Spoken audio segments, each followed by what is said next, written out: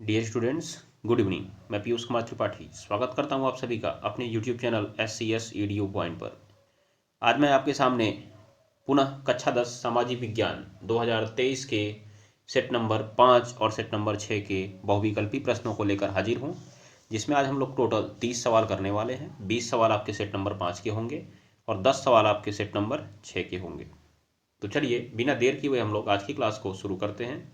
Class शुरू करने से पहले मैं आपको एक बार बता देता हूँ, ये क्लास जल्दी जल्दी अपने मित्रों के पास शेयर कर दीजिए, जिससे बोल दीजिए कि वो ऑनलाइन क्लास लेना शुरू कर दें। क्योंकि अगर आप क्लास को बाद में डिले करते हैं तो आप केवल टालते रह जाते हैं और पढ़ाई नहीं करते हैं। अगर आप इसी समय पढ़ेंगे तो साथ में आप पढ़ते भी जाएंगे और आपको तैयार भी होता जाएगा।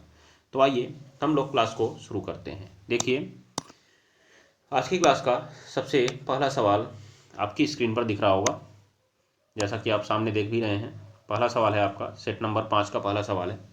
देखिए, लिखा हुआ है यह फ्रांस की क्रांति कब हुई। ये तो आपका रिपीटेड क्वेश्चन है, मतलब कितनी बार आ चुका है ये आपके सामने। अब बोलिए कितने कब हुई थी, कब? 1789 में। देखिए यहाँ पे एक प्रारंभ शब्द पूछा है, प्रारंभ। तो याद रखिएगा, प्रारंभ 1789 में हुई थी और समाप्त हुई थी आपके 1799 में। ठीक है, तो दोनों डेटा आप याद रखिएगा। पीछे मैं चर्चा कर चुका हूँ, इसलिए मैं इस पर ज़्यादा फोकस नहीं करने वाला हूँ। ठीक है, आगे देखिए, नेपोलियन संबंधित था। ये तो आपको पूरा का पूरा मालूम ही रहेगा। नेपोलियन किससे संबंधित था? भैया फ्रांस का सम्राट था वो। कब से कब तक था बोलिए तो? 1804 से, सॉरी हटाइए इसको, 1804 से 1815 तक। ठीक है ना, याद रखिएगा। 1815 के किस युद्ध में उसकी पराजय हुई थी? आप जरा कमेंट बॉक्स में कमेंट करिए, तुरंत कमेंट बॉक्स में कमेंट करिए। 1815 में किस युद्ध में उसकी पराजय हुई थी? ठीक है, चलिए तो आगे देखिए।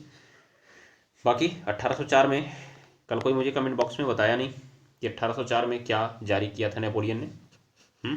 कमेंट बॉक्स में आज कमेंट करिए कि 1804 में क्या जारी किया था नेपोलियन के द्वारा। आइए जरा आगे देखते हैं हम लोग, अगले सवाल की ओर चलते हैं। भैया ये जो जलियांवाला बाग की घटना हुई है, ये कब हुई है? ये सवाल आपसे पूछ रहा है।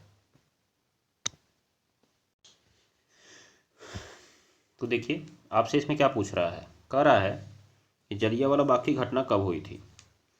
तो जलियांवाला बाग की घटना हुई तो 13 अप्रैल 1919 को थी। 13 अप्रैल 1919 को कहाँ पर हुई थी? पंजाब के अमृतसर में हुई थी। आप इस बात को पहले नोट कर लीजिए, जलियांवाला बाग हत्याकांड पंजाब के अमृतसर में। ठीक है, 13 अप्रैल 1919 को जलियांवाला बाग नामक स्थान पे हुई थी। ठीक, तो इस कहानी की जरा हम लोग चर्चा करते हैं कि इसमें हुआ क्या था। तो सबसे पहले जब इस कहानी की शुरुआत होती है तो आता है आपका भैया 13 मार्च 1919 का दिन। 13 मार्च 1919 का दिन आता है जब अंग्रेज़ों ने एक कानून, जिसे रोलट एक्ट कहा गया था, पारित किया। तो आपसे सवाल यहाँ से बन सकता है, रोलट एक्ट कब पारित हुआ था?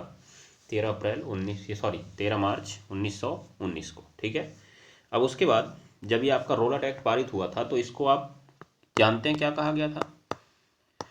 इसे कहा गया था काला कानून, और इसे ये भी कहा गया था बिना अपील, बिना वकील, बिना दलील कानून। ठीक है ना, बिना अपील, बिना दलील और बिना वकील कानून। क्योंकि इसमें पैटर्न क्या था कि आप किसी भी क्रांतिकारी को पकड़िए, सीधा सीधा उसको सजा दे दीजिए, कोई अपील नहीं, कोई वकील नहीं, कोई दलील नहीं। ठीक है ना, ये बात को ध्यान में रखिए।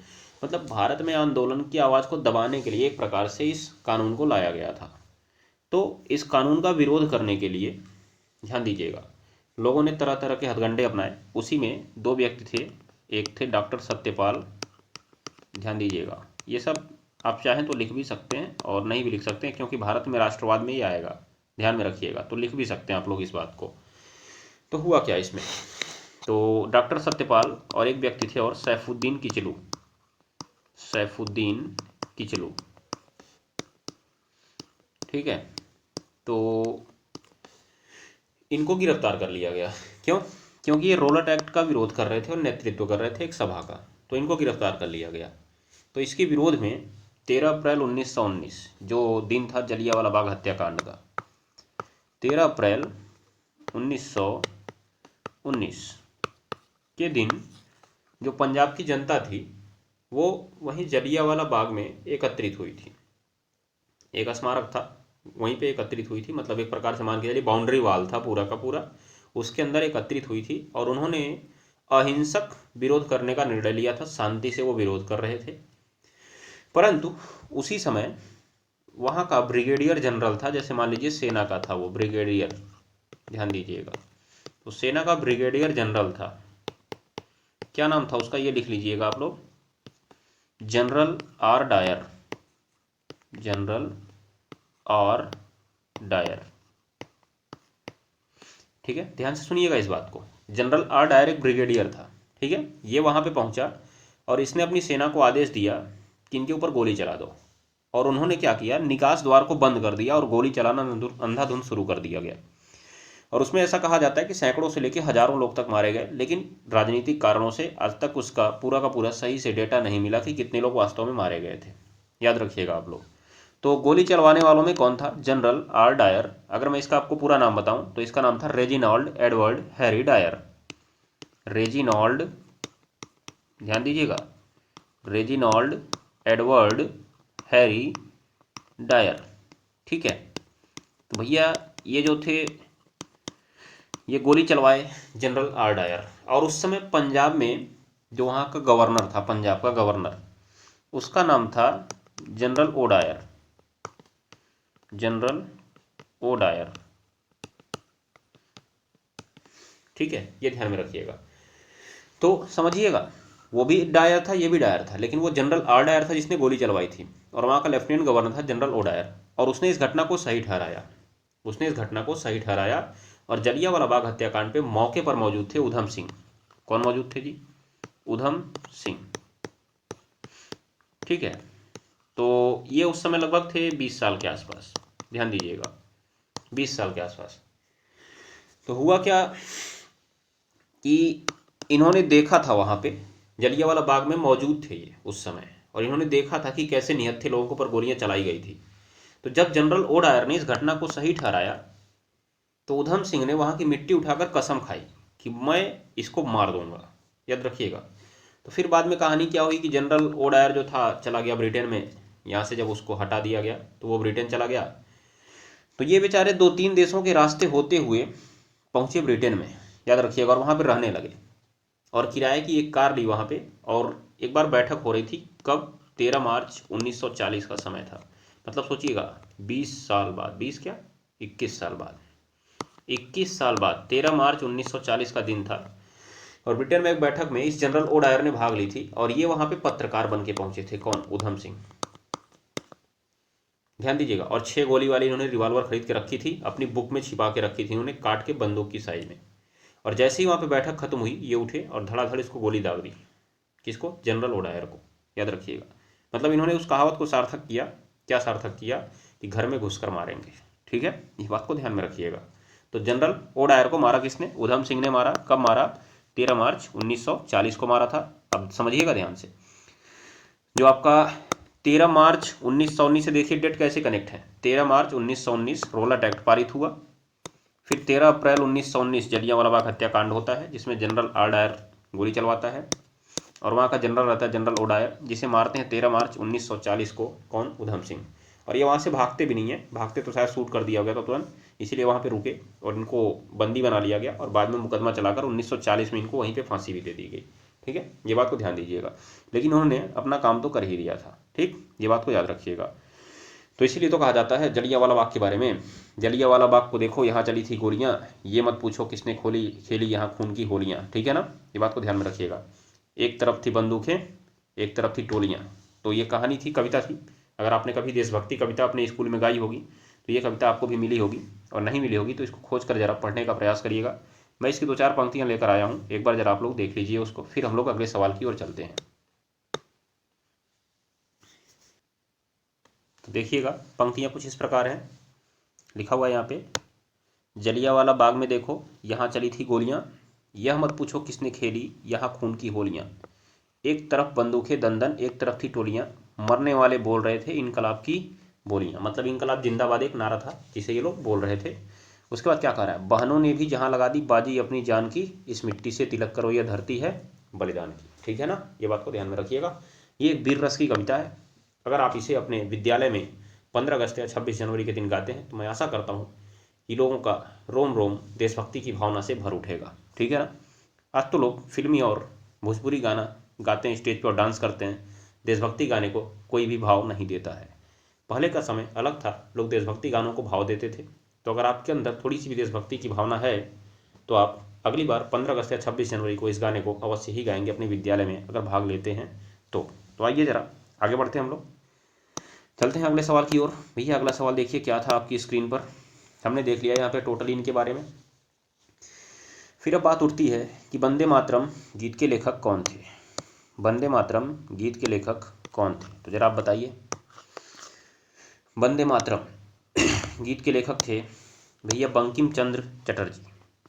बंकिम चंद्र चटर्जी, ठीक है ना, जिन्होंने इस गीत को लिखा था 1875 में और 1882 में इनका एक उपन्यास आया था। लिखिएगा जरा, 1882 में इनका एक उपन्यास आया था आनंद मठ। आनंद मठ, इसी उपन्यास में इन्होंने इस गीत को लिखा हुआ था वंदे मातरम को। इसी उपन्यास में इन्होंने इस गीत को लिखा था वंदे मातरम को। ये बात को ध्यान में रखिएगा। वंदे मातरम आज हमारा राष्ट्रीय गीत भी है।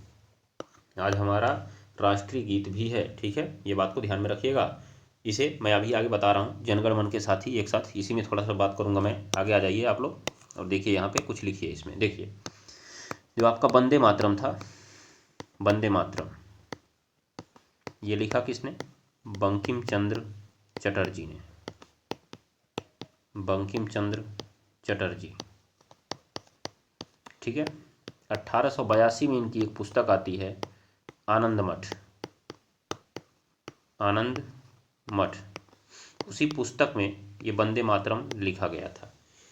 वैसे इन्होंने अपने गीत की रचना 1875 में ही कर ली थी, लेकिन जो प्रकाशित बुक हुई आनंद मठ इनकी, उसमें से इसको लिया गया वंदे मातरम को। और पहली बार इस वंदे मातरम को कांग्रेस के अधिवेशन में 1896 में गाया गया था। कब गाया गया था, 1896 में इसे कांग्रेस के अधिवेशन में गाया गया था। किसको, वंदे मातरम को। ठीक, ये बात को ध्यान में रखिएगा। और ये आज हमारा राष्ट्रीय गीत भी है। तो राष्ट्रीय गीत भी है।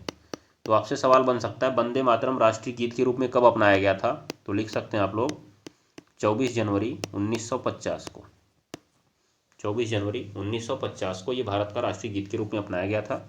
इसी दिन गुरुदेव रविंद्रनाथ टैगोर, याद रखिएगा इसको, बात को लिखते जाइएगा आप लोग, ये इंपॉर्टेंट चीज़ें हैं, लिखनी चाहिए आपको। रविंद्रनाथ टैगोर के द्वारा रचित जनगण मन, जनगण मन, ठीक है ना, याद रखिएगा, जनगण मन, ठीक है, के हिंदी संस्करण को याद रखिएगा, हिंदी संस्करण को, ठीक है, भारत का राष्ट्रीय गान के अपनाया गया। भारत का राष्ट्रगान के रूप में अपनाया गया। किस तारीख को, इसी 24 जनवरी 1950 को लिख के रख लीजिएगा इस बात को, ठीक है ना। तो राष्ट्रगान किसने लिखा था, रविन्द्रनाथ टैगोर ने। जनगण मन वास्तव में इन्होंने, जानते हैं किस भाषा में लिखा हुआ था, इन्होंने लिखा था इसे बांग्ला भाषा में। किस भाषा में लिखा था, बांग्ला भाषा में।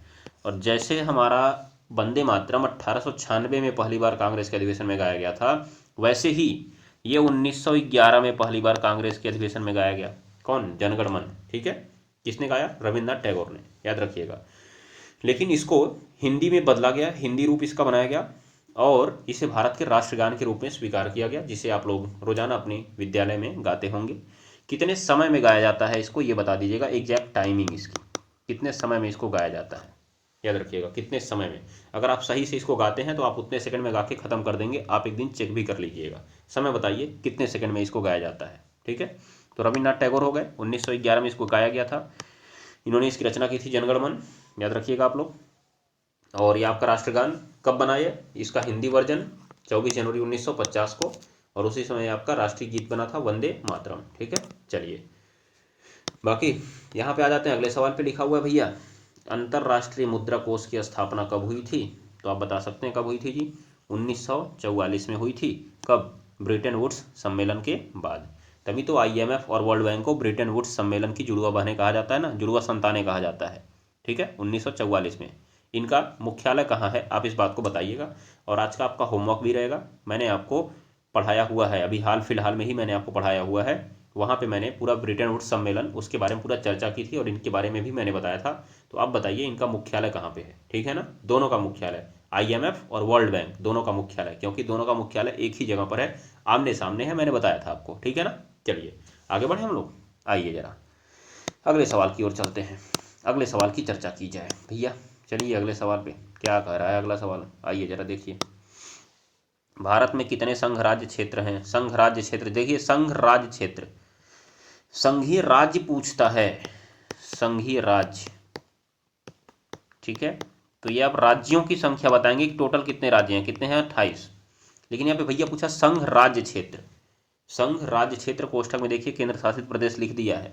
तो अगर संघ राज्य क्षेत्र पूछा इसका मतलब वो आपसे केंद्र शासित प्रदेश पूछ रहा है। ठीक है, तो भारत में कुल कितने केंद्र शासित प्रदेश हैं जी इस समय? 8, 28 और 8 है ना, ये बात को ध्यान में रखिएगा आप लोग, 28 और 8। जम्मू और कश्मीर कैसा प्रदेश है आप बताएंगे, कमेंट बॉक्स में कमेंट करिए। जम्मू कश्मीर एक संघीय राज्य है, ये एक संघ राज्य क्षेत्र है अर्थात केंद्र शासित प्रदेश है जम्मू कश्मीर। याद रखिएगा, जम्मू कश्मीर एक राज्य है कि वो केंद्र शासित प्रदेश है, आपको इस बात को बताना है, कमेंट बॉक्स में कमेंट करिएगा। चलिए मैं चलता हूँ आगे। देखिए एक बात मैं आपको बता दे रहा हूँ कि जो चीज़ का आंसर आपको नहीं मालूम रहता, जैसे मैंने यहाँ पे पूछा आपको नहीं मालूम है, तो आप उसे कमेंट बॉक्स में कमेंट कर सकते हैं कि ये चीज़ क्या थी। ठीक है, याद रखिएगा। फिर देखिए, संघीय शासन प्रणाली में शक्तियों का विभाजन होता है, संघीय शासन प्रणाली में शक्तियों का विभाजन होता है। तो जैसा कि आप मानते ही होंगे कि संघवाद में कम से कम 2 स्तर की सरकार होती है, एक आपकी केंद्र स्तर की सरकार होती है और एक आपकी राज्य स्तर की सरकार होती है, और इनके बीच शक्तियों का विभाजन होता है। इसका मतलब शक्तियों का विभाजन किसके बीच होगा? केंद्र और राज्य के बीच। अभी तभी तो हमारे यहाँ पे 7वीं अनुसूची में संघ सूची, राज्य सूची और समवर्ती सूची बनाई गई है। कुछ भाषाएं केंद्र को दी गई हैं, कुछ राज्य को दी गई हैं, कुछ शक्तियां केंद्र को दी गई, कुछ राज्य को दी गई, कुछ दोनों को दी गई, और जो बाकी बची हुई शक्तियां हैं उन्हें हमने कल बताया था क्या कहते हैं? अवशिष्ट शक्तियां। और अवशिष्ट शक्तियों पर कानून बनाने का अधिकार किसको है? केंद्र को है। किसको है जी? केंद्र को है। अभी कल परसों के सवाल में आया भी था ये। ठीक है ना, याद रखिएगा आप लोग। चलिए तो आगे बढ़े। तो देखिए, संघवाद में कम से कम 2 स्तर की सरकार होती है, केंद्र और राज्य। एक तीसरे स्तर की सरकार भी हमारे यहाँ पे आ चुकी है, जिसे स्थानीय सरकार कहते हैं। याद रखेंगे आप लोग इस बात को। तो यहाँ पर देखेंगे, संघीय शासन प्रणाली में शक्तियों का विभाजन किसके बीच होता है? केंद्र और राज्यों के बीच हो जाएगा। उसके बाद देखिए भैया अगले सवाल पे चलिए। वियना की संधि कब हुई थी? वियना, ये वियना जो है ऑस्ट्रिया में है। कहाँ पे है? ऑस्ट्रिया में। तो जरा आप तुरंत कमेंट बॉक्स में कमेंट करिए भैया ये ऑस्ट्रिया में एक व्यक्ति बहुत चर्चित था, जो कल की क्लास में हमारे में आया हुआ था और आज की क्लास में पुनः आने वाला है। तो बताएंगे आप लोग। वियना की संधि, वियना की संधि कब हुई थी? तो मैं आपको बता दूं कि वियना की संधि कब हुई, जब नेपोलियन की 1815 में पराजय हो गई थी। किस युद्ध में हुई थी? आपको मैंने कहा था कमेंट बॉक्स में आप कमेंट करके बताइएगा। ठीक है, याद रखिएगा। तो मैंने कहा कि वियना की संधि कब हुई? जब 1815 में नेपोलियन की पराजय हो गई। मतलब ये संधि किसने की होगी? नेपोलियन को हराने वालों ने की होगी। तो वियना की संधि भैया हुई 1815 में, ये बात को ध्यान में रख लीजिएगा। कहाँ पर हुई? ऑस्ट्रिया के वियना में हुई, ये बात को भी ध्यान में रखिएगा। तो हम लोग जरा इस वियना की संधि की चर्चा कर लेते हैं। आइए जरा,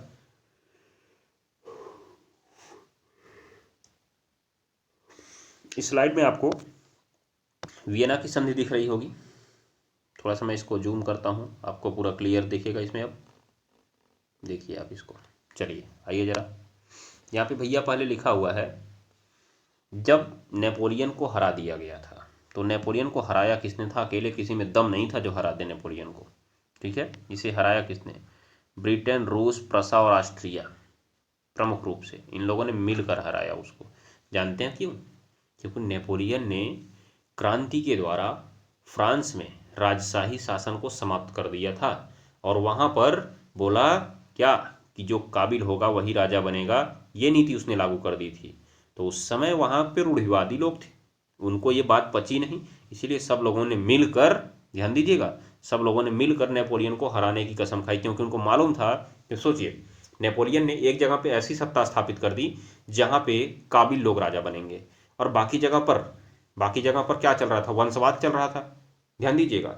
तो जब बाकी जगह पे वंशवाद चल रहा था तो उन लोग को मालूम था कि आज वहां पे क्रांति हुई है, याद रखिएगा, वहां पर सत्ता के हस्तांतरण हुआ है, हमारे यहाँ भी कल क्रांति हो सकती है, हमारे यहाँ भी कल क्रांति हो सकती है। जैसा कि आपके देखिए ऑस्ट्रिया के मैटरनिख ने कहा हुआ था, कल आया था ना, यही मैटरनिख आया था कल, इसी ने कहा था, क्या क्या कहा था, क्या कहावत कही थी, जरा बोलिए तो कमेंट बॉक्स में। जब फ्रांस छींकता है तो सारे यूरोप को सर्दी जुकाम हो जाता है। उसके कहने का मतलब यही था कि भैया फ्रांस में जो कुछ भी होता है ना, ध्यान दीजिएगा, जो फ्रांस में जो कुछ भी होता है वो पूरे यूरोप में फैल जाता है। उसके कहने का ये मतलब था, ऐसा थोड़ी ना फ्रांस सही में छींकता है, ठीक है ना, याद रखिएगा। तो उसके कहने का क्या मतलब था कि फ्रांस अगर छींक रहा है तो पूरी यूरोप को सर्दी जुकाम हो रहा है। तो इन लोग को लगा क्या कि आज फ्रांस में क्रांति हुई है, कल पूरे यूरोप में क्रांति हो सकती है, और हमारा जो राजत्व है, हमारा जो राजा का पूरा स्थान है वो तो समाप्त हो जाएगा, ठीक है। इसीलिए इन्होंने मिलकर सोचा कि हम नेपोलियन को समाप्त करते हैं और फिर से राजशाही शासन को बहाल कराते हैं, फिर से राजशाही शासन को बहाल कराते हैं। तो सब लोगों ने मिलकर उस नेपोलियन को हराया, कब, 1815 में हराया। और उसी 1815 में नेपोलियन को हराने के बाद, ध्यान दीजिएगा, ये जो मैटरनिख था इसने सभी लोगों को बुलाया, कहाँ पर, अपने यहाँ वियना में, ठीक है, और एक संधि की, जिसे आप वियना की संधि कहते हैं। तो अगर आपको वियना की संधि के बारे में लिखने को आता है तो आप लिखेंगे क्या, 1815 में जब यूरोपीय शक्तियों जैसे ब्रिटेन, रूस, प्रसा और ऑस्ट्रिया ने नेपोलियन को हरा दिया, तो वह 1815 में ही वियना नामक स्थान पर एकत्रित हुए और उन्होंने वहां पर एक संधि की, जिसे हम लोग वियना की संधि कहते हैं, ठीक है। उसको नीचे लिखिएगा, वियना की संधि के प्रमुख बिंदु निम्न प्रकार है। कम से कम 4 तो आपको लिखने पड़ेंगे, क्योंकि 4 नंबर का भैया आता है, 2 नंबर में नहीं आता अब सवाल, ठीक है। तो आपको 4 बिंदु लिखने पड़ेंगे। वियना संधि के प्रमुख बिंदु निम्नलिखित हैं, तो क्या लिखेंगे, देखिए, फ्रांसीसी क्रांति के समय वहां पर एक बुर्बो राजवंश का शासन था, बुर्बो, ठीक है ना, ध्यान दीजिएगा, ये इस तरह से इस राजवंश का वहां पे शासन था और इसको हटा दिया था नेपोलियन ने, याद रखिएगा। वहां का राजा कौन था क्रांति के समय, जरा लिखिएगा आप लोग, फिर से एक बार लिखिएगा, राजा कौन था, कॉपी में ही लिखिएगा, कमेंट बॉक्स में मत लिखिए चलेगा, लेकिन अपनी कॉपी में जरूर लिखिए जो सवाल मैं बोलता हूँ। तो नेपोलियन ने इनको पराजित कर दिया था, इनको हटा दिया था, अपदस्थ कर दिया था और स्वयं सम्राट बन गया था। परंतु जब 1815 में नेपोलियन को हरा दिया गया तो इस राजवंश को फिर से सत्ता दे दी गई, फिर से देखिए रूढ़िवादी सत्ता आने लगी, याद रखिएगा। तो फिर से वहां पे सत्ता दे दी गई थी, ठीक है। उसके बाद फ्रांस में जो नेपोलियन के कब्जे वाले प्रदेश थे ना, वो इन शक्तियों ने आपस में बांट लिए, वो इन शक्तियों ने आपस में क्या कर लिए, बांट लिए। तो आप इसको लिख सकते हैं कि फ्रांस के द्वारा विजित क्षेत्रों को इन शक्तियों ने आपस में बांट लिया, ठीक, ये बात को ध्यान में रखिएगा। उसके बाद भविष्य में इसके विस्तार को रोकने के लिए फ्रांस की सीमाओं पर एक श्रृंखला की स्थापना की गई थी। मतलब फ्रांस की जो सीमा थी उसमें कोई और क्रांति ना होने पाए, उसका विस्तार ना होने पाए, फिर से वो आक्रमण करके आगे ना बढ़े, इसके लिए फ्रांस की सीमाओं पर इन लोगों ने अपने अपने क्षेत्र विकसित कर लिए कि यहाँ पे मैं रहूंगा, यहाँ पे तुम रहना, यहाँ पे तुम रहना। इन लोगों ने चारों ओर से घेर लिया एक प्रकार से, कैसे, जैसे देखिए, प्रसा को फ्रांस की पश्चिमी सीमा दे दी गई, ऑस्ट्रिया को उत्तरी इटली अर्थात उसका उत्तरी सीमा का दे दिया गया निर्धारण, ठीक है। ये बात को आप ध्यान में रखेंगे। तो ये कंडीशन थी इसमें। फिर उसके बाद क्या कह रहा है आपका, देखिए, ये सब लिखिएगा आप लोग। देखिए दूसरा पॉइंट, पहला पॉइंट आप क्या लिखेंगे, पहला पॉइंट ये लिखेंगे कि फ्रांस में अपदस्थ राजशाही शासन बुर्बो राजवंश को फिर से सत्ता दे दी गई। दूसरा आप लिखेंगे नेपोलियन के द्वारा विजित क्षेत्रों को ये शक्तियों ने आपस में बांट लिया। तीसरा नंबर आप लिखेंगे, तीसरा नंबर, भविष्य में फ्रांस के विस्तार को रोकने के लिए उसकी सीमाओं पर नियंत्रण स्थापित किए गए। कॉपी में लिखिएगा आप लोग इसको, उसकी सीमाओं पर नियंत्रण स्थापित किए गए। अभी आपका आएगा 4 नंबर में, तो मैं वहां पे क्लियर बताऊंगा नहीं आपको, याद रखिएगा, इसलिए मैं यहीं पे समझा दे रहा हूँ आपको। उसके बाद आप क्या लिखेंगे, नेपोलियन के द्वारा गठित जर्मनी महासंघ के 39 राज्यों को, कितने राज्यों को, 39 राज्यों को पहले की तरह रख दिया गया, वैसे ही पहले की तरह रख दिया गया, ठीक है। उसके बाद अगला पॉइंट ये लिख के छोड़ देंगे आप लोग, पूर्व में रूस को पोलैंड का भाग दे दिया गया, जबकि प्रसा को सैक्सनी का भाग दे दिया गया, याद रख लीजिएगा, सैक्सनी, ठीक है। तो प्रसा को जो है सैक्सनी का भाग दे दिया गया था, ठीक। तो इतना पॉइंट आप लिख के छोड़ सकते हैं, बस इसका मामला हो जाएगा समाप्त आपका, और कुछ खास इसमें आपको नहीं लिखना है, ठीक है, याद रखिएगा।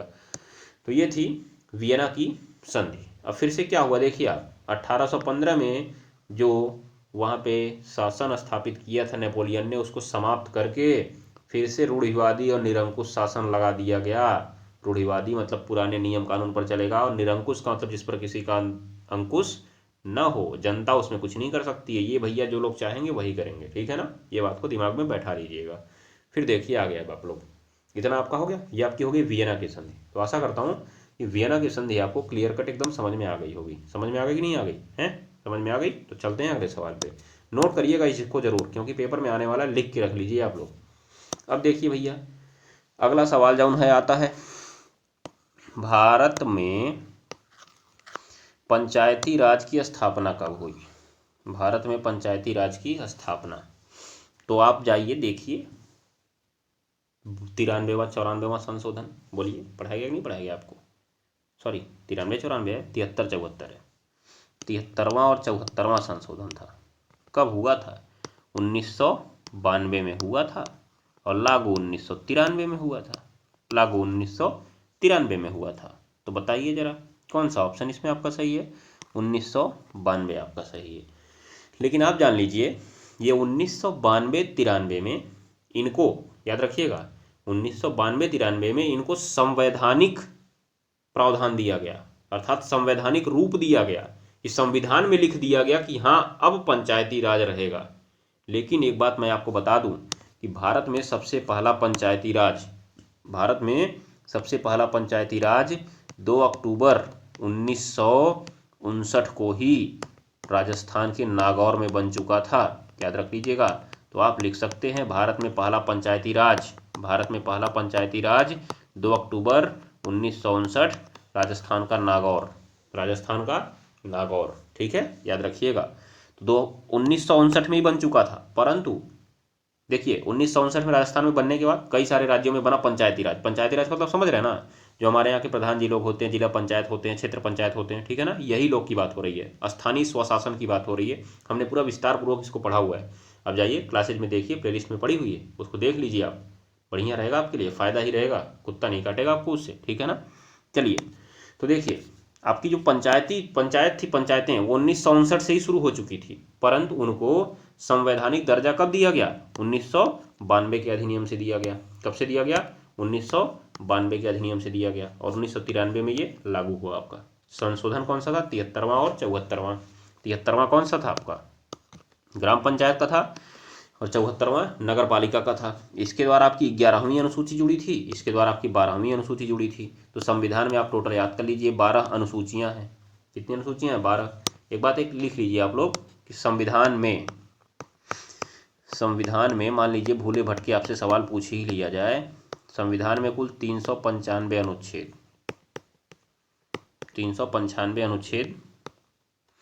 12 अनुसूची, ये अनुच्छेद है वो अनुसूची है, और 22 भाग हैं। इसको जरूर नोट करिएगा आप लोग, मान लीजिए पूछ लिया जाए ऑप्शनल में आपसे सवाल। तो 395 अनुच्छेद, 12 अनुसूची, 22 भाग, ठीक, टोटल याद रखिएगा। शुरू में केवल 8 अनुसूची थी, 4 आपकी बाद में संविधान संशोधन से जोड़ी गई थी, जिसमें आपकी ये 2 थी, 11वीं और 12वीं, ठीक है ना। मैंने वहाँ पे सब बताया हुआ है कौन कौन सी कब जुड़ी हुई थी, याद रखिएगा आप लोग। तो ये 73 74 आपकी 11वीं और 12वीं थी, आप इसको जरूर ध्यान में रखिएगा। एक पंचायती राज से थी, एक नगर पालिका से थी। आप मुझे कमेंट बॉक्स में कमेंट करके बताएंगे, या तो अपनी कॉपी में ही तुरंत लिखेंगे कि 73वें संविधान संशोधन से जो पंचायती राज की स्थापना की गई थी, उसमें कुल कितने विषय हैं। पूछा गया सवाल है, कुल कितने विषय हैं, मतलब पंचायती राज में विषयों की संख्या कितनी है, और नगर पालिका में विषयों की संख्या कितनी है। अगर नहीं याद है तो जाइएगा आज के SW में, इसको जरूर पढ़िएगा, ठीक है। चलिए फिर मैं आगे आता हूँ। आपका जो 10वां सवाल है वो तो भैया कर चुका है। तो इस सवाल को आपको समझ में आया कि नहीं आया? देखिए, अगर 1992 भी आपके ऑप्शन में है, 1993 भी आपके ऑप्शन में है, ठीक है। तो यहाँ पे स्थापना की बात हो रही है, तो 1992 आप लगा दीजिए, चलेगा। लेकिन अगर लागू होने की बात करेगा तो आप 1993 लगाएंगे। और अगर 1959 भी आपके ऑप्शन में आ गया, तो पहली पंचायती राज की स्थापना 1959 में हो चुकी थी, आप इसी को टिक मार करिएगा, ठीक है ना। लेकिन इतना आपको स्तर अभी ऊपर नहीं लेके जाएगा, मैं पहले ही बता दे रहा हूँ, ठीक। फिर यहाँ पे क्या करा है, निम्नलिखित में से क्या भारतीय लोकतंत्र के सम्मुख चुनौती है? तो लोकतंत्र की चुनौतियां हमने पढ़ा था, वैसे ये देखिए चैप्टर संभवतः कट चुका है। ठीक है, तो क्षेत्रीय असंतुलन ठीक तो है, इधर उधर झगड़ा झंझट तो होता रहता है कि इस क्षेत्र में क्या है उस क्षेत्र में क्या है। सामाजिक तनाव और हिंसा ये भी है। दल बदल ये तो हमारे यहाँ सबसे बड़ी बात है। अभी खुद आपने देखा होगा, हाल फिलहाल में बिहार में देख लीजिए डेमो इसका, नीतीश कुमार जी धड़क लिए हैं। तो उपर्युक्त सभी इसके चारों ऑप्शन सही हैं। ठीक है ना। चलिए अगले पे चलते हैं हम लोग। अगले सवाल पे आ जाइए जरा, देखिए यहाँ पे लौह अयस्क किस प्रकार का संसाधन है। तो आप बताइए, नवीकरणीय है क्या, मतलब लोहे को एक बार आपने उपयोग कर लिया और उसे समाप्त कर दिया तो क्या फिर से उसको उपयोग कर सकते हैं, क्या नहीं कर सकते ना। अगर एक बार वो नष्ट हो गया तो क्या उपयोग होगा, नहीं होगा। तो इसका मतलब नवीकरणीय तो है नहीं, ये भैया अनवीकरणीय योग्य है। जो लौह अयस्क है वो अनवीकरणीय योग्य है। ठीक, उसके बाद देखिए निम्नलिखित में से किस राज्य में काली मिट्टी पाई जाती है। काली मिट्टी, काली मिट्टी में कौन सी फसल होती है, जरा कमेंट बॉक्स में बताइए। तो काली मिट्टी में कपास फसल ज़्यादा मात्रा में होती है, और कपास उत्पादन सबसे ज़्यादा कहाँ पर होता है, महाराष्ट्र और गुजरात में। महाराष्ट्र और गुजरात में, इसका मतलब काली मिट्टी कहाँ पाई जाएगी, महाराष्ट्र में पाई जाएगी। ठीक है ना, याद रखिएगा। राजस्थान में मैंने कल ही आपको बताया था, राजस्थान में कल ही मैंने आपको बताया था क्या, कि वहाँ पे लवणीय मृदा पाई जाती है, शुष्क मृदा पाई जाती है। जम्मू कश्मीर पहाड़ी एरिया, इसलिए वहाँ पे पहाड़ी मृदा पाई जाएगी। झारखंड में आपका जलोढ़ मिट्टी और लाल मिट्टी पाई जाती है, जलोढ़ मिट्टी और लाल मिट्टी पाई जाती है। आप चाहें तो इसको लिख भी सकते हैं, या केवल सुन के, एक कान से सुन के दूसरे कान से निकाल सकते हैं, कोई गलती नहीं है। चलिए, कौन सी फलीदार फसल है, फलीदार फसल। फलीदार फसल भैया क्या होती है, फलीदार फसल का मतलब होता है जिसमें फली लगती है, उसमें से बीज उसके निकलते हैं। तो कौन होता है, मोटा अनाज। मोटा अनाज मतलब समझे ना, ज्वार बाजरा मक्का।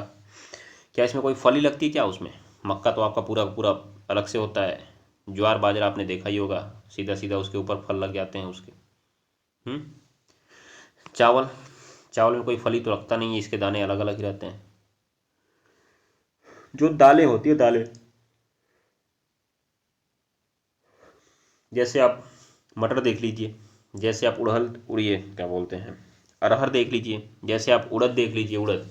तो ये लोग जो हैं, ये लोग फली के अंदर बंद रहते हैं, जब आप उसको छीलते हैं तब उसमें से इनका दाना निकलता है।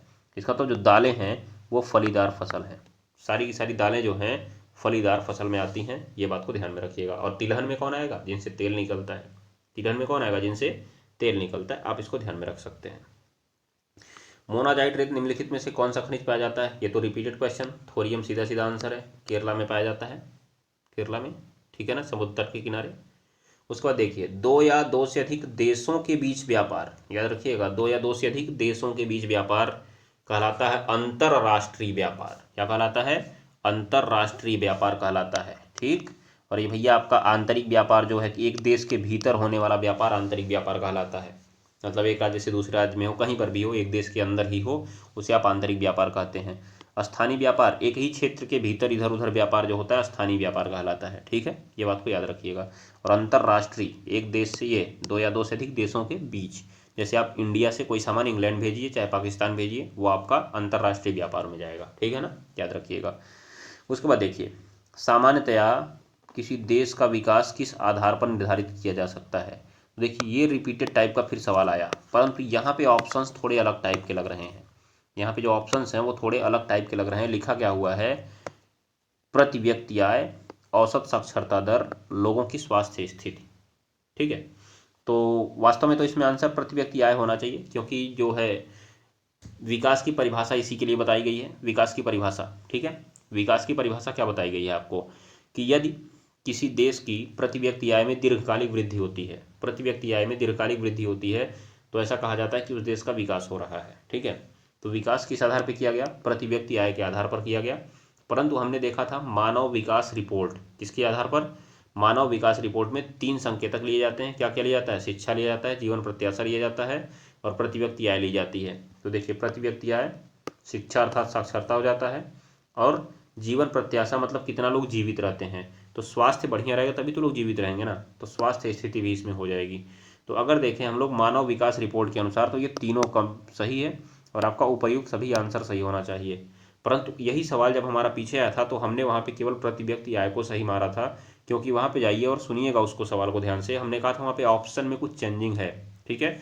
उसमें व्यक्ति की साक्षरता दर लिखा था, फिर स्वास्थ्य और शिक्षा का स्तर लिखा हुआ था, मतलब दोनों बातें लिख दिया था। साक्षरता एक बार बोला, फिर स्वास्थ्य और शिक्षा एक बार बोला, इसलिए वो ऑप्शन मेल नहीं खा रहा था आपस में, ठीक है। यहाँ देखिए स्वास्थ्य अलग बोला है, साक्षरता अलग बोला है, उसमें स्वास्थ्य और शिक्षा एक साथ बोल दिया, फिर साक्षरता, और व्यक्ति की साक्षरता दर बोला था, व्यक्ति की नहीं, वहाँ पे औसत साक्षरता दर की बात होनी चाहिए थी। किसकी बात होनी चाहिए थी? औसत साक्षरता दर की, इसीलिए वहाँ पे केवल हमने प्रति व्यक्ति आय लगाया था।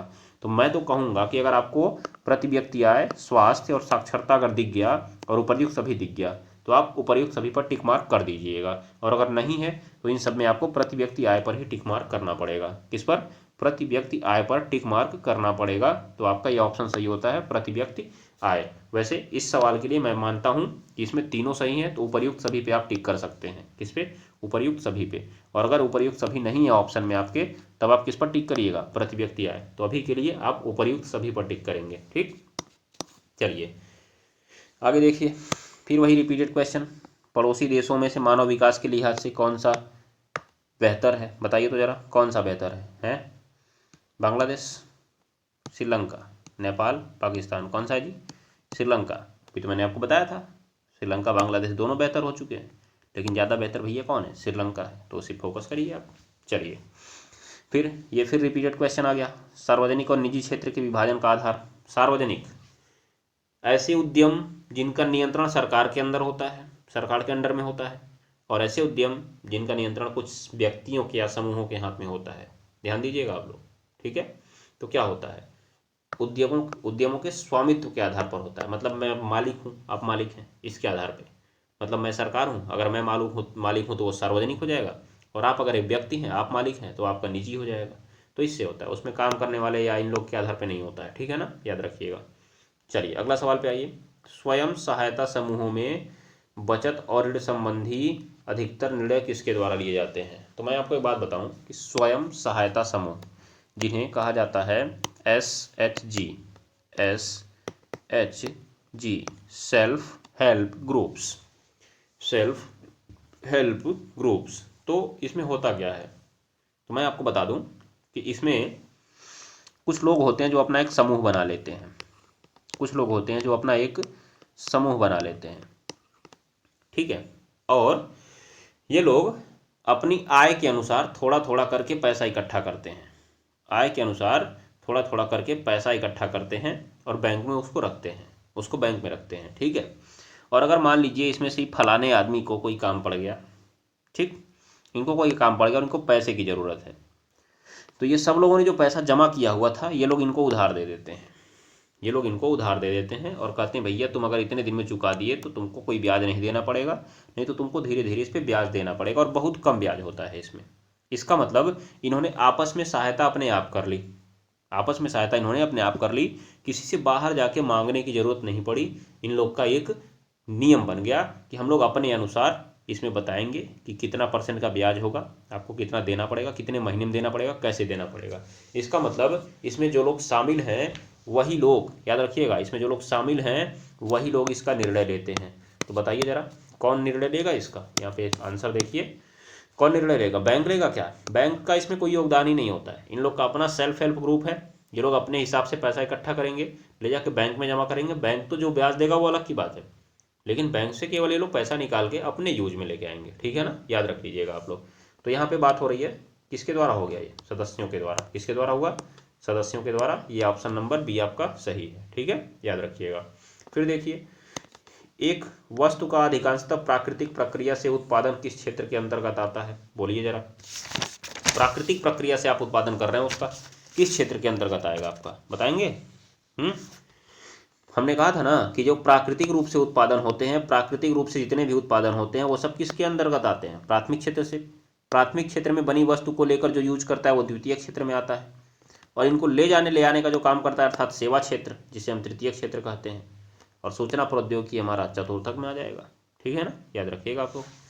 शिक्षा अनुसंधान सूचना प्रौद्योगिकी चतुर्थक क्षेत्र में चला जाएगा। तो ये आपका ये हो गया इधर। चलिए आइए अगले चलते हैं। अब हमारा सेट नंबर 6 का सवाल शुरू होता है। देखिए फिर वही रिपीटेड सवाल, फ्रांस की क्रांति कब हुई थी? 1789 में। कुछ बोलने का मतलब ही नहीं है। ज्यूसिपी मैथ्सिनी का संबंध है। मैथ्सिनी मतलब इसे मेजिनी भी कहा जा सकता है। मेजिनी, बताइए भैया मेजिनी कौन संबंधित थे? तो मैं आपको बता दे रहा हूँ, पीछे तो चर्चा हो ही चुकी है। सीधे मैं ऑप्शन बोलता हूँ आपको, किसमें हुई थी, किससे संबंधित है ये? इटली के एकीकरण से संबंधित है। इटली के एकीकरण से। दो लोग और संबंधित थे इसमें, एक का नाम था गैरीबाल्डी और एक का नाम था कावूर। एक का नाम था कावूर, ठीक है। तो आप जरा ऑप्शन में बताइएगा मुझे कि संयुक्त इटली का राजा किसे और कब घोषित किया गया था? तुरंत तुरंत बताइए, संयुक्त इटली का राजा किसे और कब घोषित किया गया था, ठीक है ना। उसके बाद एक और बताएंगे आप, जोसेफ मैथ्सिनी ने किस संगठन की स्थापना की थी? पहले सेट का पहला सवाल ही था, जोसेफ मैथ्सिनी ने किस संगठन की स्थापना की थी? तुरंत कमेंट बॉक्स में कमेंट करिए आप लोग। अगर नहीं कर सकते हैं अपनी कॉपी में तुरंत आंसर लिखिए। आप अपनी खुद की जांच खुद कर लेंगे कि आपके कितने पानी में है, आप कितना पढ़ रहे हैं, आप कितना आपको याद हो रहा है, ठीक है, याद रखिएगा। तो इटली का एकीकरण कब पूरा हुआ और उसका सम्राट किसे घोषित किया गया, और जोसेफ मैथ्सिनी ने कौन सा संगठन बनाया था? दोनों का आंसर आप तुरंत कमेंट बॉक्स में लिखिए, ठीक है। चलिए जरा, और कमेंट बॉक्स में नहीं लिख सकते हैं, आपको मन नहीं करता है, तो आप अपनी कॉपी खोलिए और उसी में सामने एक पेज रखे रहिए सादा, उसी पे लिखते जाया करिए, ठीक। चलिए मैं आगे बढ़ता हूँ। कह रहा है भैया, हिंद स्वराज पुस्तक के लेखक हैं। हिंद स्वराज पुस्तक के लेखक हैं, ठीक। तो हिंद स्वराज पुस्तक के लेखक जो है भैया महात्मा गांधी हैं। कौन है? महात्मा गांधी जी हैं, ठीक है। तो अब जब पुस्तक की बात आ ही गई है तो हम इसमें ऑप्शन में जितने लोग हमारे पास हैं हम इनकी बात कर लेते हैं एक बार। चलिए जरा महात्मा गांधी की बात पहले कर लें। महात्मा गांधी की एक पुस्तक हो गई हिंद स्वराज। क्या हो गई? हिंद स्वराज। और एक इनका जो पुस्तक है वो था सत्य का प्रयोग। सत्य का प्रयोग। और इसके बारे में मैं आपको बता दूं, ये सत्य का प्रयोग नामक किताब है इनकी आत्मकथा है। क्या है? आत्मकथा, ठीक है, इनकी आत्मकथा है, याद रखिएगा। सत्य का प्रयोग महात्मा गांधी के द्वारा रचित एक आत्मकथा है। उसके बाद इन्होंने पत्रिका का संपादन भी किया था। तो ऐसे लिखिएगा आप लोग, देखिए महात्मा गांधी, महात्मा गांधी हेडिंग लिख लीजिए। उसके बाद नीचे लिखिएगा पुस्तक। तो पुस्तक में दोनों नाम लिख लीजिए, पहला सत्य का प्रयोग, दूसरा हिंद स्वराज, ठीक है। फिर लिख लीजिए पत्रिका। पत्रिका, तो इन्होंने पहली पत्रिका जो थी प्रकाशित की थी हरिजन पत्रिका। हरिजन पत्रिका। और दूसरा जो प्रकाशित की थी इन्होंने यंग इंडिया। यंग इंडिया पत्रिका। तो दो पत्रिकाओं का संपादन महात्मा गांधी जी ने किया था। और पुस्तकें इनकी जो महत्वपूर्ण है, एक सत्य का प्रयोग और एक क्या है आपका, एक है आपका हिंद स्वराज। फिर जवाहरलाल नेहरू की बात कर लीजिए, चच्चा नेहरू की। चच्चा की उपाधि दी गई है ना इनको, नेहरू। तो नेहरू की पुस्तक की बात कर लीजिए, इनका पुस्तक है the discovery of India. The discovery of India इनकी पुस्तक है, ठीक है, ये आपको जानने लायक है। उसके बाद गंगाधर तिलक जी की बात कर लिया जाए, तिलक जी की। तो तिलक जी की दो पुस्तक इंपॉर्टेंट है जो आपको जाननी चाहिए। एक है गीता रहस्य। देखिए ये लोग आपके जो थे क्रांतिकारी लोग थे, इसलिए इनकी पुस्तक आपके पेपर में आ सकती है। अगर ऑप्शन में आए तो इनकी पुस्तक भी आ सकती है, इसलिए मैं बता दे रहा हूँ। दूसरा एक आ जाइएगा Arctic the home of Aryans. ये बहुत इंपॉर्टेंट पुस्तक है इनकी, Arctic the home of Aryans. तो इन्होंने जो ये पुस्तक थी इसमें बताया था कि जो आर्य लोग थे, जैसे हम लोग को आर्य माना जाता है, तो कहा गया आर्य लोग का जो निवास स्थान था वो उत्तरी ध्रुव पर था। उत्तरी ध्रुव को आर्कटिक क्षेत्र भी कहा जाता है, ठीक है ना। तो उनका जो निवास स्थान था उत्तरी ध्रुव पर था। जब वहाँ पे बहुत ज़्यादा बर्फबारी हुई तो वहाँ से लोग नीचे की तरफ चलते चले आए, ठीक है, ये बात को ध्यान में रखिएगा। और आर्यों का मध्य स्थान, ये क्या बोलते हैं, आर्यों का स्थान मध्य एशिया भी माना जाता है। क्या माना जाता है? मध्य एशिया। लेकिन इसमें इन्होंने कहा कि आर्कटिक में है। तो ये दो पुस्तकें हैं इनकी, ठीक। और एक विनोबा भावे की पुस्तक भी देख लीजिए, वो भी ऑप्शन में है। तो विनोबा भावे, इनका जो पुस्तक है वो भूदान गंगा है। भूदान गंगा, याद रखिएगा। इन्होंने एक भूदान आंदोलन भी शुरू किया था, याद रखिएगा, भूदान आंदोलन। भूदान आंदोलन कब शुरू किया था? 1951 में। कब शुरू किया था? 1951 में। इसको लिख लीजिएगा, मैंने पीछे पढ़ाया हुआ है आपको। तो भूदान आंदोलन में क्या हुआ था कि इन्होंने जमींदारों से कहा कि भैया आप अपनी ज़मीन दान कर दीजिए, इससे किसानों को मिल जाए, ठीक है ना। इसी को कहा गया था भूदान आंदोलन, याद रखिएगा। तो हो गया आपका इसमें। चलिए अब आ जाइए भैया, बारदोली सत्याग्रह का नेतृत्व किसने किया? बारदोली सत्याग्रह, पहली बात तो जान लीजिए कि बारदोली सत्याग्रह हुआ कब था? 1928 में हुआ था। गुजरात के बारदोली नामक स्थान पर हुआ था। ये आपके लिए मैपिंग के लिए इंपॉर्टेंट सवाल है। ये गुजरात के बारदोली में 1928 में हुआ था। सरदार वल्लभ भाई पटेल के नेतृत्व में हुआ था। उस समय वहाँ पे महात्मा गांधी भी थे, लेकिन नेतृत्वकर्ता नहीं थे। नेतृत्वकर्ता कौन थे भैया? सरदार वल्लभ भाई पटेल ही थे, ठीक है ना। ये बात को आप दिमाग में बैठा लीजिएगा। नेतृत्वकर्ता कौन थे? सरदार वल्लभ भाई पटेल ही थे। तो बारदोली सत्याग्रह के नेतृत्वकर्ता सरदार वल्लभ भाई पटेल। जरा इनके बारे में भी जान ही लीजिए आप। देखिए यहाँ पे क्या लिखा हुआ है। बारडोली सत्याग्रह के नेता सरदार वल्लभ भाई पटेल थे। यह 1928 में एक अहिंसक विरोध था, मतलब कोई हिंसा नहीं हुई थी, याद रखिएगा। ये किस कारण से हुआ था, तो इस बात को आपको नोट करना चाहिए। तो कैसे लिखेंगे आप? हेडिंग लिखिए बारदोली सत्याग्रह, फिर लिखिएगा सरदार वल्लभ भाई पटेल के द्वारा नेतृत्व, उसके बाद 1928 में, और नीचे लिखिएगा कारण। नीचे लिखिएगा आप लोग कारण। तो क्या कारण था इसको शुरू करने का? गुजरात के बारदोली में अंग्रेजों के द्वारा लगाए गए अत्यधिक भूमि कर के खिलाफ। ध्यान दीजिएगा, बस इतना लिख लीजिए। गुजरात के बारडोली में अंग्रेजों द्वारा लगाए गए अत्यधिक भूमि कर के खिलाफ। अत्यधिक भूमि कर के खिलाफ, ठीक है, बस इतना लिख लीजिए। इसमें देखिए क्या लिखा हुआ है। हुआ क्या था? 1925 में बाढ़ और अकाल से गुजरात का बारडोली जिले में उत्पादन बहुत कम हुआ। उत्पादन बहुत कम हुआ और फसल की पैदावार खत्म हो गई, समाप्त हो गई। परंतु जो अंग्रेज थे उन्होंने किसानों की स्थिति को अनदेखा करते हुए 22% लगान में वृद्धि कर दी। लगान का मतलब क्या था कि आप जो पैदा करेंगे उसका इतना हिस्सा मुझे देंगे। आप जो पैदा करेंगे उसका इतना हिस्सा आप मुझे देंगे, भले ही वो आपकी ज़मीन है, उससे फ़र्क नहीं पड़ता है। मैं यहाँ का राजा हूँ, आप मुझे देंगे, यही होता था लगान, ठीक है ना। जैसे आपने 1 कुंटल अगर गेहूँ पैदा किया तो मैंने कहा मैं 25 किलो लूँगा आपसे, ठीक है ना। तो सब लोग से मैं 25-25 किलो लूँगा, ठीक। ये बात को भी दिमाग में बैठा लीजिएगा। चलिए आगे बढ़िए। तो ये हो गया आपका बारदोली सत्याग्रह। समझ गए कि नहीं समझ गए? आइए जरा नीचे का सवाल देख लीजिए। फिर वही कहानी, जब फ्रांस छींकता है तो बाकी यूरोप को सर्दी जुकाम हो जाता है। मैटरनिख, ऑस्ट्रिया का प्रधानमंत्री। चलिए आगे आ जाइए। आगे के सवाल भी हैं, कुछ हैं नहीं चर्चा करने लायक ज़्यादा, इसमें कुछ हैं, एक आध दो सवाल देखा जाए। भारत में संघीय राज्यों की संख्या कितनी है? 28 राज्य, 8 केंद्र शासित प्रदेश, है कि नहीं है? विश्व का सबसे बड़ा लोकतंत्र इंडिया के अलावा और कौन हो सकता है जी? जब विश्व में सबसे ज़्यादा पॉपुलेशन वाली कंट्री इंडिया हो चुकी है तो इंडिया तो एक लोकतंत्र ही है ना। तो विश्व का सबसे बड़ा लोकतंत्र इंडिया, हमारा भारत, ठीक है। यहाँ देखिए फिर कल वाला रिपीटेड सवाल। कल मैंने पूछा था ना आपसे, भारतीय संविधान की 8वीं अनुसूची में कुल कितनी भाषाएं हैं? 8वीं अनुसूची में कुल कितनी भाषाएं हैं? तो टोटल 22 भाषाओं को रखा गया है 8वीं अनुसूची में, जिसमें मैंने कहा था कल, बताइए अंग्रेजी शामिल है कि नहीं? तो अंग्रेजी शामिल नहीं है, ये बात को ध्यान में रखिएगा। और कल का एक सवाल था जिसमें मैंने हिंदी की बात की थी कि भारत में सबसे ज़्यादा हिंदी बोली जाती है ना, हिंदी। तो हिंदी मैंने वहाँ पे आपको बताया था 41% के लगभग।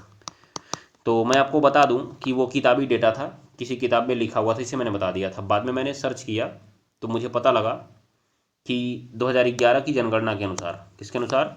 2011 की जनगणना के अनुसार ऐसा माना गया है, ध्यान दीजिएगा, ऐसा माना गया है कि लगभग 53 करोड़ लोग, लगभग 53 करोड़, ठीक है, लगभग 53 करोड़ लोगों ने कहा कि हमारी जो मातृभाषा है वो हिंदी है।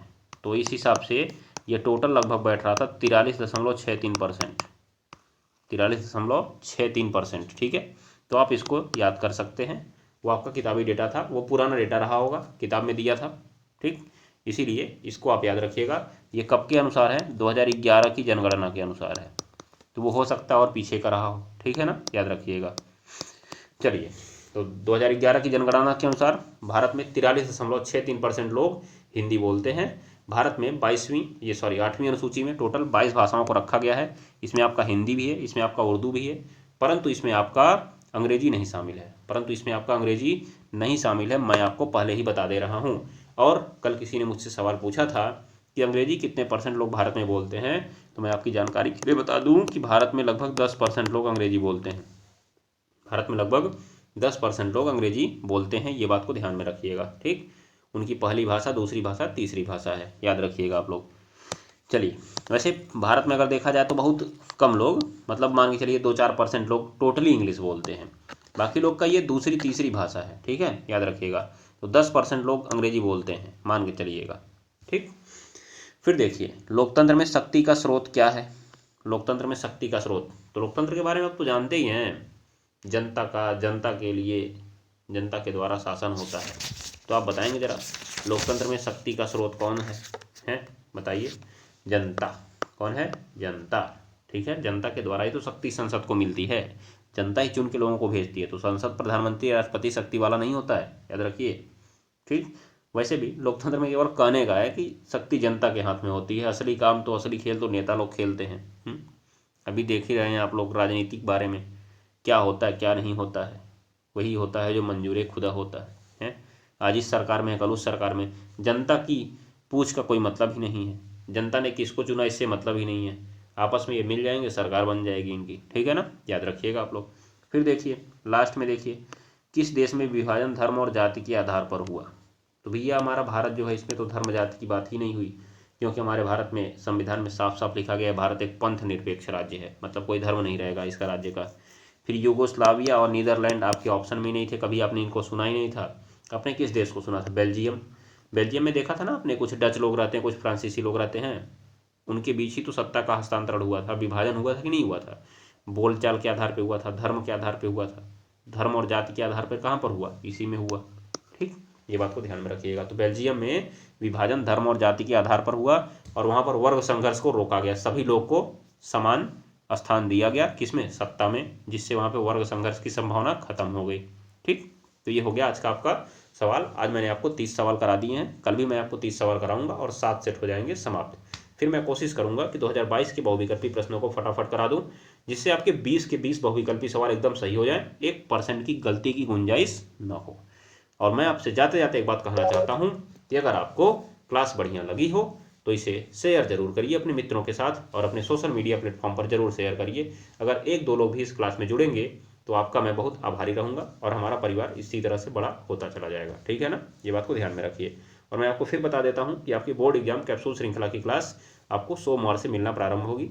इस समय मैं थोड़ा सा व्यस्त हूँ, इसीलिए मैं क्लास नहीं ले पा रहा हूँ, फिर भी मैं आपको ये क्लास प्रोवाइड करा दे रहा हूँ, ठीक है। चलिए, तो आज के लिए बस इतना ही, मिलते हैं कल की क्लास में, तब तक के लिए नमस्कार, टाटा, गुड बाय। पढ़ते रहिए, पढ़ाते रहिए, हंसते रहिए और हंसाते रहिए। धन्यवाद।